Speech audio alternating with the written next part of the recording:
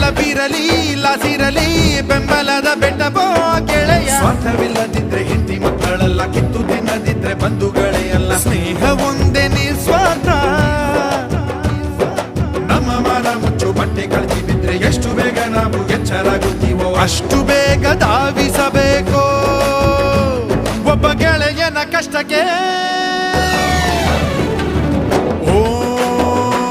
ಹಿಂದೂ ಗುರುತು cross Jesus ಗುರುತು Moon star